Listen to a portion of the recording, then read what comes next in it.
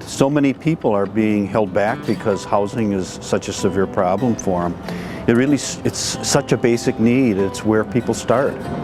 And if they are insecure in their housing, everything else is a struggle. In the past, housing was always my biggest challenge. Not only is affordability a major challenge, but actually finding somebody who will rent to you is very, very difficult. In fact, thinking of looking for housing terrifies me.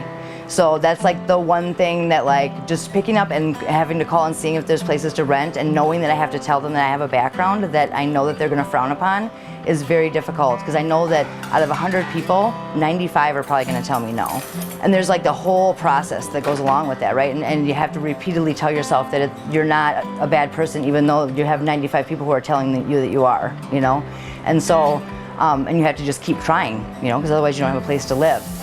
The most critical need is affordable rentals.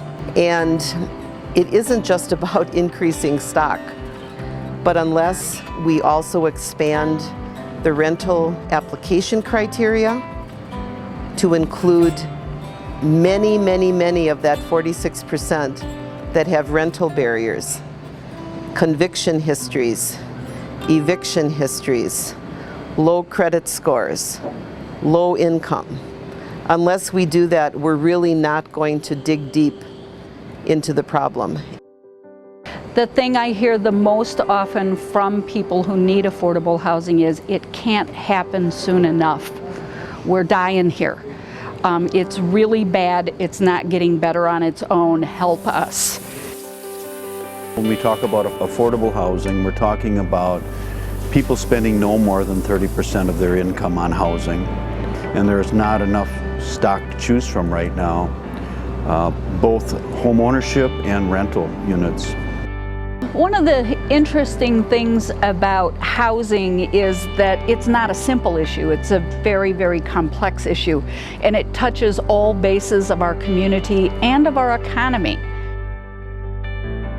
Affordable housing availability matters to employers, it matters to city planners, it matters to people who are designing our transit systems, it matters to people who are deciding what our next developments are going to be as a community.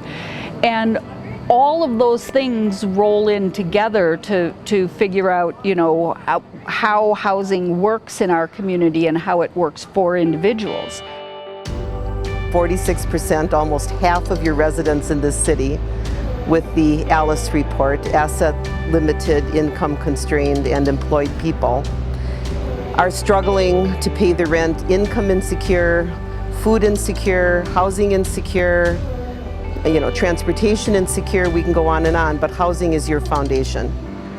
Also, the Wisconsin Poverty Report recently came through. Eau Claire County is only second to Milwaukee County in poverty. So that means 1 out of 7, 14.4%. So let's say 1 out of 7 people in Eau Claire is in poverty. You know, it's easy to judge about how they got there, but there's a lot of things that lead people to that point. You know, and until you've lived every day in their shoes, you couldn't imagine what it was, you know? And people have a lot more value and abilities and capabilities and potential in them than they even could imagine.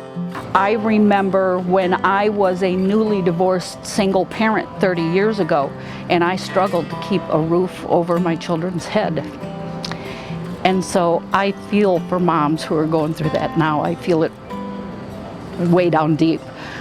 I have an adult disabled son who works very, very hard, but boy, he struggles to make the rent every month. Vacancy rate is the mark of a healthy community. Right around 6% is what I hear, and we have been well below that for years. Our vacancy rate is right around 2% or lower right now, so we know that it's just really hard to find anything. Until that basic human right is met for every one of our neighbors, you know, we'll continue to fight for affordable housing for people.